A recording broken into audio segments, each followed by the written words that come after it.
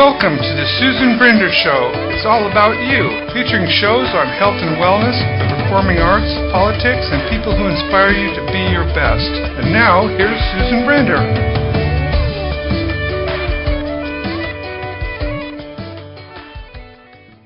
I'm Susan Brender, and this is the Susan Brender Show. Today we have a remarkable saxophonist, composer, scholar, and educator known as Ed Calle. Ed had an extraordinary ability to play bebop, Latin, and contemporary jazz and pop. He was born in Caracas of Spanish parents, and it was so obvious from the start that he was a natural player. And now Calle can be heard on thousands of recordings, both as a sideman and a soloist. And now I want to welcome Ed Calle, my show. Hi, Susan. Thank you very much for inviting me, and honored to be here. Well, you play so many different instruments, and music, and you were actually nominated in 2014 for a Latin Grammy Award and a 2015 a Grammy nomination as a member of the Afro-Cuban funk supergroup Palo. So what did it feel like to get an award like that and to be nominated for an award? No, that's a huge honor. One that's totally unexpected because it comes from your peers. So it's probably the highest honor that we can receive as musicians because it comes from our colleagues, and it's a wonderful thing. It's something you never forget, and something that motivates you to keep learning and keep improving and doing all the things that artists are supposed to be doing. Yeah, and you have so many compositions out there, and you're featured in your original positions in jazz standards have earned a Latin Grammy Award in 2007. So what's that feel like? That's another, it's just a huge honor to be a part of the music community, really, and I just love music, and so to me music is just an extension of life, and composition is a very important extension of that because that really becomes the vehicle by which you can then perform and express yourselves and sort of hopefully say something with a unique voice, very much like people who write novels or write poetry or what you do on radio, where we all bring a distinctive voice and a distinctive message, and that's very needed in the arts. It's part of the beauty of the arts is that uniqueness of each person. Well, besides being an internationally acclaimed jazz performer, you are in great demand as a jazz clinician, and you enjoy working with students. I can imagine that being very special. Am I right? Yeah, it's very, very special because I grew up, I came to America as an immigrant. I grew up in public school. I have great love for teachers and for teaching. I think I owe everything I have accomplished really to United States public schools because they really give you opportunities to learn things and to be able to pass that on to the next generation of people the same way that people did with myself when I was young is really important. It's very rewarding, and it's something that I think all of us have a responsibility to do with our youth. They're all of our children, not just the parents' children, but really it does take a village, and in a way that's just part of the responsibility of being an adult and being a person of some renown or some knowledge to pass that on. It's a wonderful time, and kids keep you honest and they keep you young.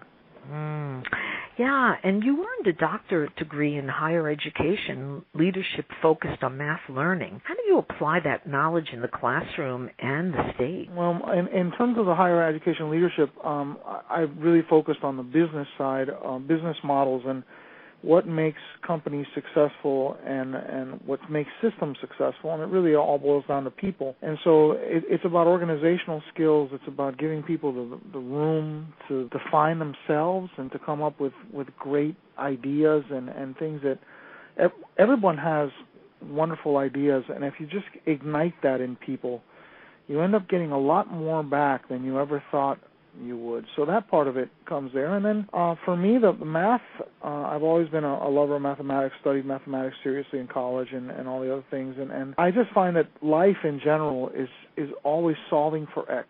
We're always, when we really break it down to its bare essential, we're solving some problem, whether it's a problem or a challenge or an opportunity or something that way. We're trying to find the most elegant, simple, and effective way to reach that goal. And so math becomes a very, very useful tool. And sadly, in America, we have a generational problem where large numbers, enormously large numbers of students are struggling with mathematics. And so it's one of the things that I tend to address as I get older, and I have a little more free time to work more on that. But there have been people like Jamie Escalante and others who have made great strides towards helping, especially minority children and children who are falling between the cracks, to accomplish and learn those skills, especially in the digital age where we're talking about zeros and ones, and without math, we're not going to be very competitive. So it's a very important part of it, and it all, music is really mathematics, as we see with Einstein playing music,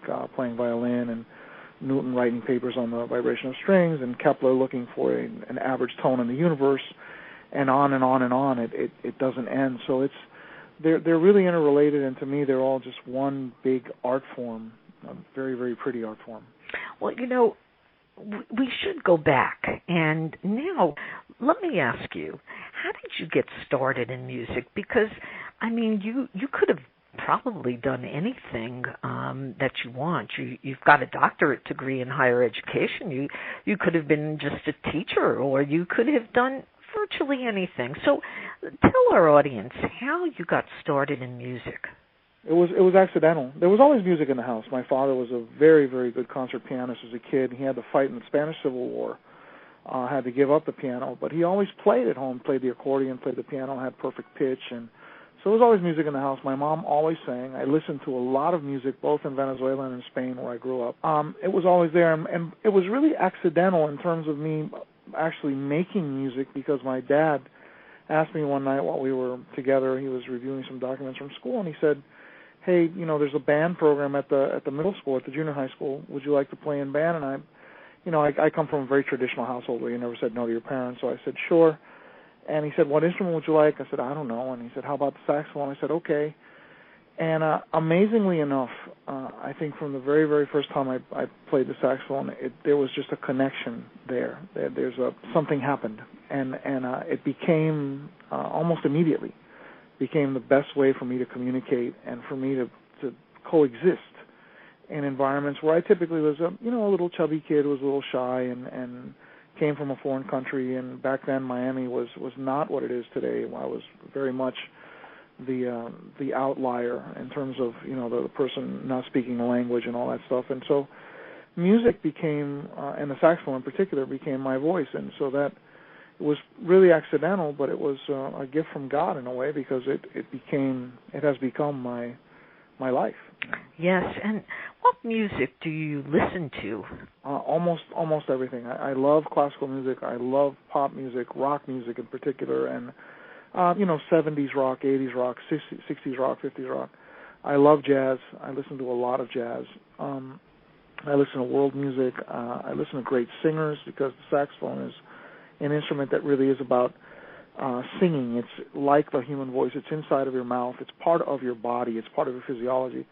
And our approach to notes and the way you articulate them and the way you vibrate and the way you express yourself is very much like a singer. So I listen to a lot of that stuff. I don't listen to a lot of the modern popular music, as they call it, the rap and all those. I just have a very hard time with the message and the attitude. But if it's art music, or if it's music and there's melody and there's harmony and there's rhythm and there's counter melody, I try to listen to everything and try to learn from it.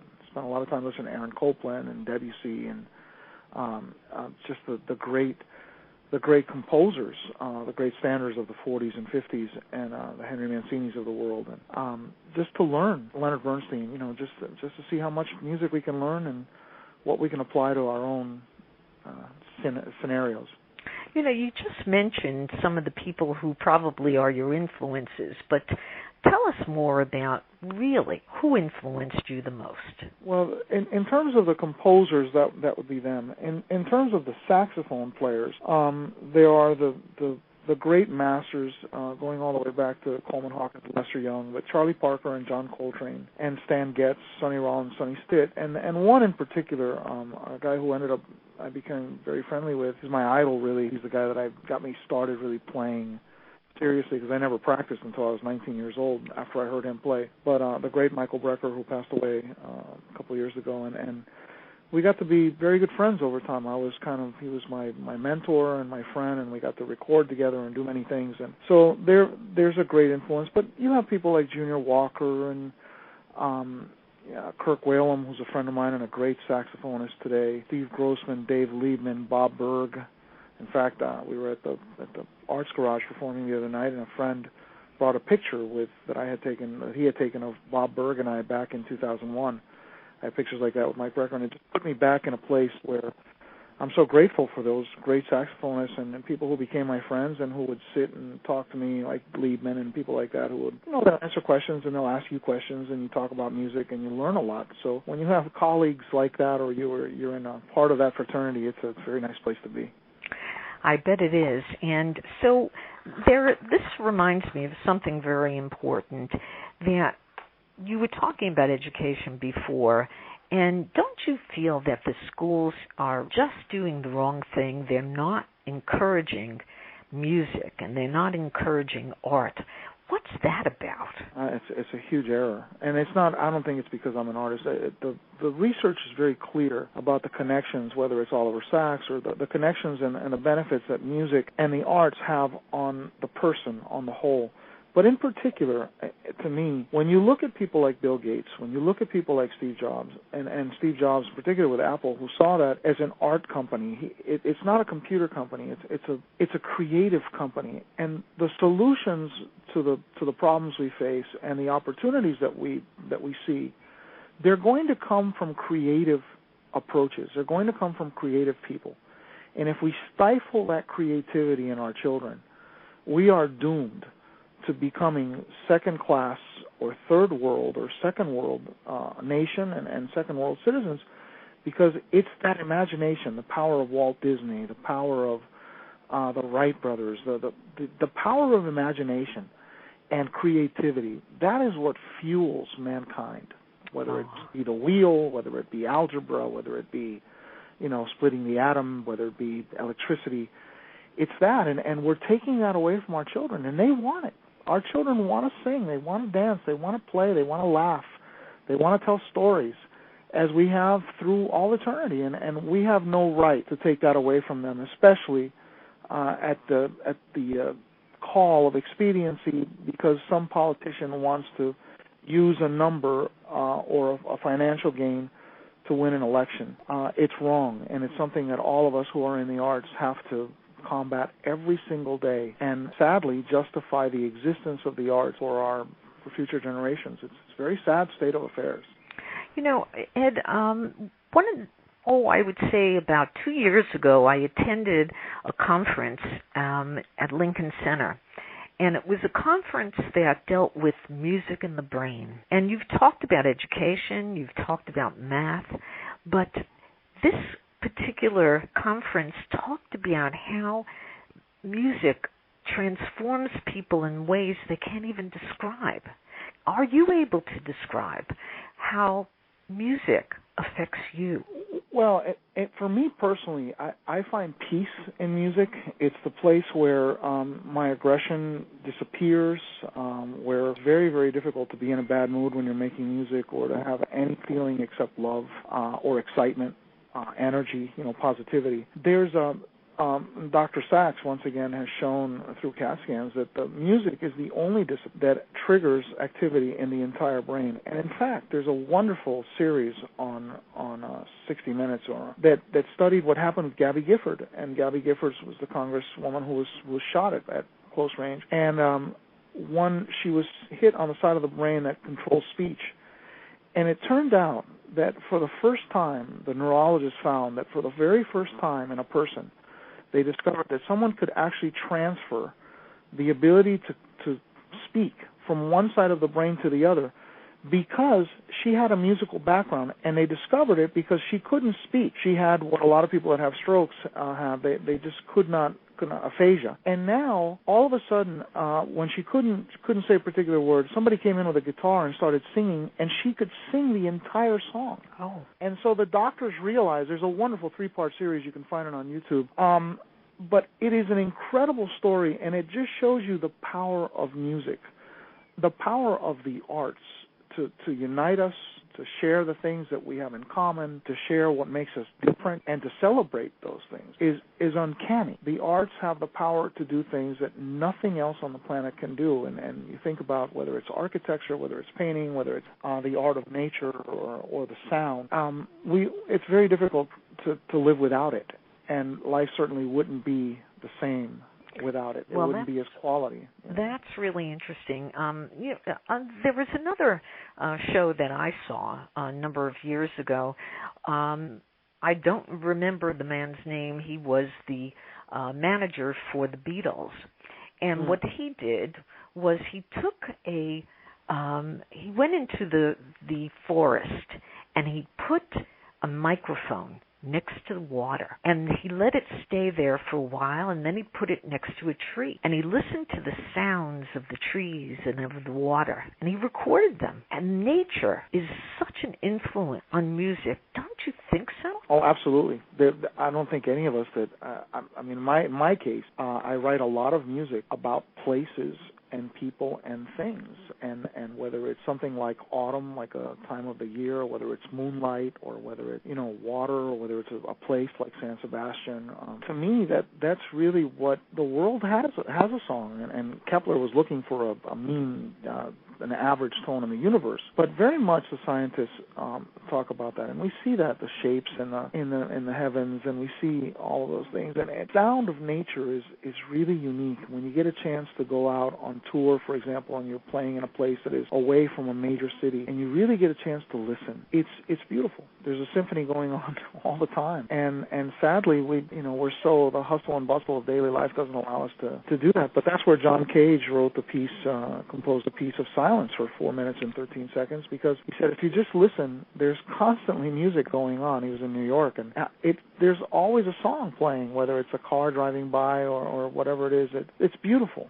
And I feel sorry for people that have never found that connection, but almost everyone in the world is a musician. Very few people are unfortunate enough to have an ailment that prevents them from either hearing music or making music, but everyone can sing. You hear it at a stadium where most people sing the national anthem, and they'll all find the right note. You don't hear cacophony. You hear the national anthem, or you hear America the Beautiful, or you hear anything that way. We all do that. We've all been doing it since we were little boys and girls, and most of us as little boys and girls made up songs all the time. Yeah. We're all little composers. And somewhere along the line we're told to be quiet and stop doing that. Some of us never grow up and we just keep doing it. So you've told us so many things, and I always like to give my guests the last word. What would you tell our audience if you really feel that it comes from your heart? I think the most important thing for the audience to know is how much we love and respect them, that we as artists work really, really hard to do our best and to share it with the audience, and that they're very much a part of the performance. The energy that they give us back is something that drives us, and it's something that inspires us. So it's always a team performance between the audience and that. So I'm very thankful for everyone who listens and everyone who loves music and the arts and who supports that and provides that inspiration and love and space for children of all ages, as the song said, from children from 2 to 92, as the great Mel Torme sang in the Christmas song.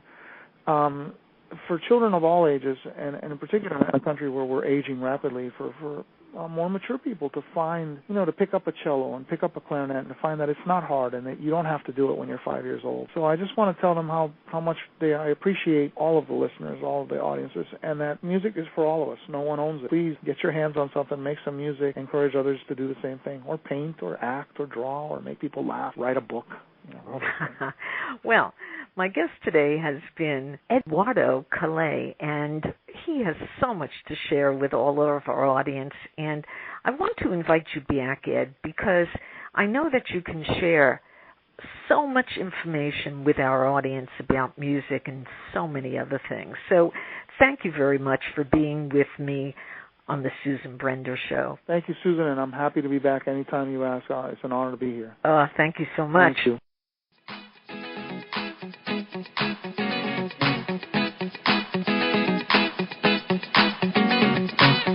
Cool off with a delicious treat at FYI Frozen Yogurt and Ice Cream Shop in beautiful Delray Beach, Florida. FYI offers more than 20 flavors of ice cream, frozen yogurt, Italian gelato, sorbet, protein shakes, and more. FYI also caters birthday parties or any special occasion. Enjoy these wonderful treats in our cool, breezy, kid-friendly cafe. That looks good. Can Mommy have a taste? They're mine. Oh well. You can receive a free small cone of frozen yogurt or ice cream if you say the magic word, Susan sent you. Don't forget to pick up a coupon for $1 off your next purchase. They're located at 9 Northeast 2nd Avenue in Pineapple Grove, Delray Beach, Florida. They're open 7 days a week. For store hours or more information, call 561-450-7402. This commercial brought to you by FYI Frozen Yogurt and Ice Cream Shop and the Susan Brender Show. See you there.